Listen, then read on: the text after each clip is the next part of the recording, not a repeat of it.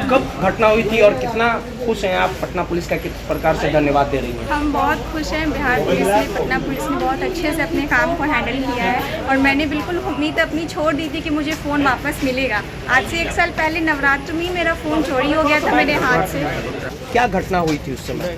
Sir मैं पूजा करने आई थी मंदिर, पटना हनुमान मंदिर के पास, वहाँ से मेरा फ़ोन चोरी हो गया। कब हुआ था ये घटना? दिसंबर 2022। फिर नवरात्र पूजा में ही आपको? हाँ।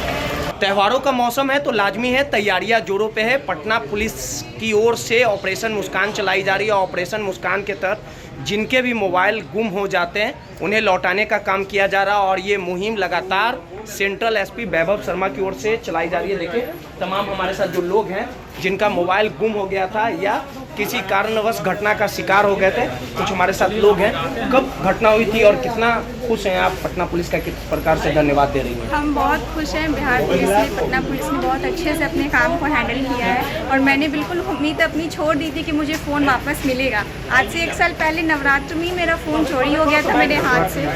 लोगों ने उम्मीद नहीं किया था कि हाँ उनके मोबाइल को कभी मिल पाएगा, लेकिन पटना पुलिस ने बेहतरीन काम किया है। और बिल्कुल बहुत कम समय में, 1 साल बहुत ही कम समय है कि आपकी चीज़ को गुम हुआ और पटना पुलिस ने आपको वापस दिला नवरात्र दिया। पूजा में ही आपको? हाँ बिल्कुल, बहुत अच्छी बात है। मैं पूजा करके उठी थी, अब मुझे कॉल आया कि मेरा फ़ोन मिल गया है। देखिए सीधे तौर पे तमाम जो लोग हैं वो कहीं ना कहीं खुशी जाहिर कर रहे हैं। कुछ और भी लोग हैं जिनके मोबाइल को लौटाने का काम किया। मैडम कितना खुश हैं आप लोग? पटना पुलिस ने बेहतरीन काम किया है और जो आपके मोबाइल को बहुत ज़्यादा खुश। क्या घटना हुई थी उस समय? सर मैं पूजा करने आई थी मंदिर, पटना हनुमान मंदिर के पास, वहाँ से मेरा फ़ोन चोरी हो गया। कब हुआ था ये घटना? दिसंबर 2022। फिर नवरात्र पूजा में ही आपको? हाँ। देखिए सीधे तौर पे तमाम जो यहाँ पे लोग पहुँचे हैं वो खुशी जाहिर कर रहे हैं और वैसे लोग हैं जो पिछले साल नवरात्र पूजा में इनके साथ घटना हुई थी, मोबाइल को छीन लिया गया था, छिनतई की घटना हुई थी और उसके बाद नवरात्र पूजा यानी 1 साल के बाद ही इनके मोबाइल को पटना पुलिस लौटाने का काम कर रही है। और सीधे तौर पे यहाँ पे जो भी लोग हैं उन्होंने पटना पुलिस को धन्यवाद दिया और सीधे तौर पे कहा है कि पटना पुलिस बेहतर पहल कर रही है, सार्थक पहल कर रही है। आज आप लोग ऑपरेशन मुस्कान के फेज़ 6 में उपस्थित हैं। 5 फेज़ में हम लोग पहले लगभग 400 मोबाइल बांट चुके हैं। मोबाइल का लगभग अनुमानित मूल्य लगभग 40 लाख रुपए है। तो इस तरीके से हम लोग लमसम 6 फेज़ चलाए, उसमें जो 1 करोड़ का टारगेट हम लोग लिए थे वो 1 करोड़ टारगेट हम लोग अचीव कर लिए हैं। तो ये कहते हुए हमको बड़ा हर्ष हो रहा है। लगभग 1.5 महीने बाद हम लोगों ने इसे पूरा कलेक्शन किया है, जो 6th फेज़ का है। इस ड्यूरेशन में लमसम 38 अपराधी भी हम लोगों ने गिरफ्तार किए हैं अलग थानों से। हम लोग का प्रयास रहेगा कि इसी तरीके से अगला टारगेट हम लोग लगभग 1000 मोबाइल का रख रहेंगे। अब तक 600 मोबाइल इस तरह हम लोग इकट्ठे किए हैं, तो इसे कुल 1000 तक लेके जाएं ताकि ज़्यादा से ज़्यादा लोगों के चेहरे पे मुस्कान फैलाएं और लोगों का ट्रस्ट जो धीरे धीरे शायद बिल्डअप हो रहा है उसको और बढ़ाएं और ज़्यादा से रिकवरी करें। इसको क्या लगता है कितनी मोबाइल जो है महीने भर में चोरी होती है पटना जिले से या गुम होती है?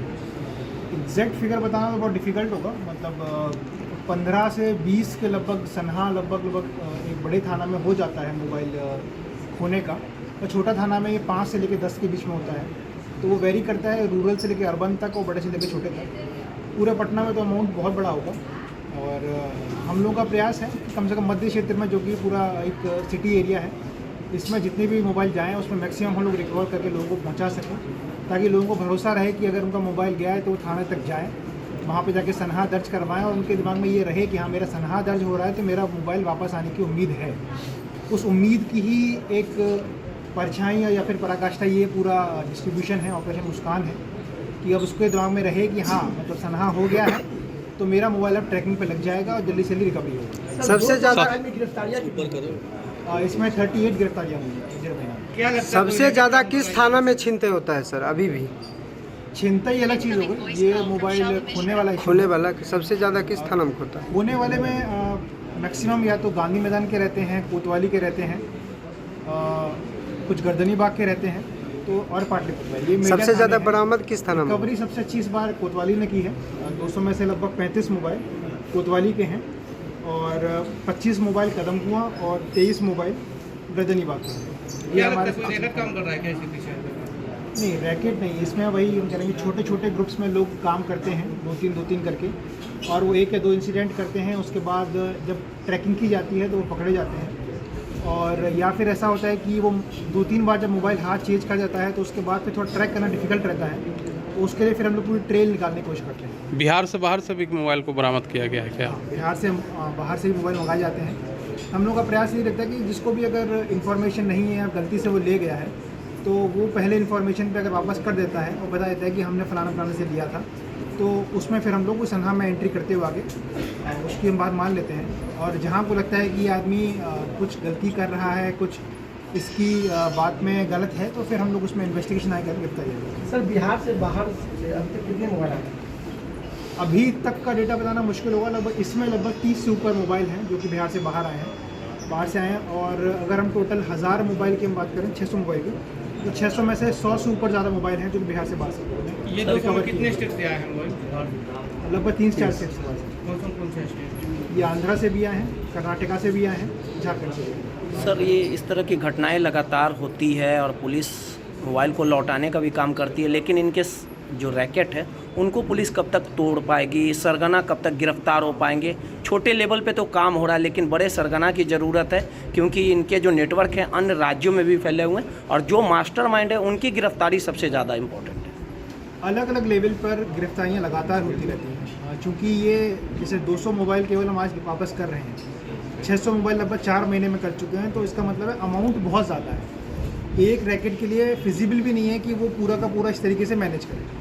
बहुत सारे छोटे छोटे ग्रुप्स यहाँ पूरे पटना में एक्टिव हैं जो 2-3 मोबाइल इकट्ठे करते हैं, उसके बाद किसी कारण से सस्ते में बेच देते हैं ताकि उनका फिर जो डेली यूज़ है उसका निकलता रहे।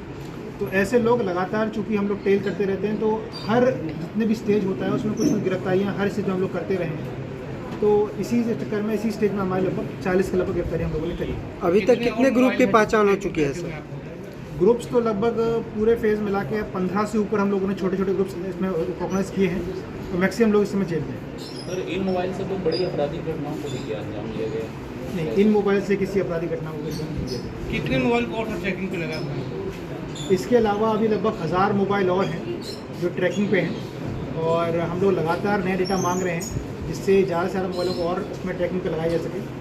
हम लोग को उम्मीद है कि बहुत जल्दी अपना जो अमाउंट है 600 से लेकर हम लोग 1000 मोबाइल रिकवरी पहुँचा देंगे। वही दर्शनीय पटना।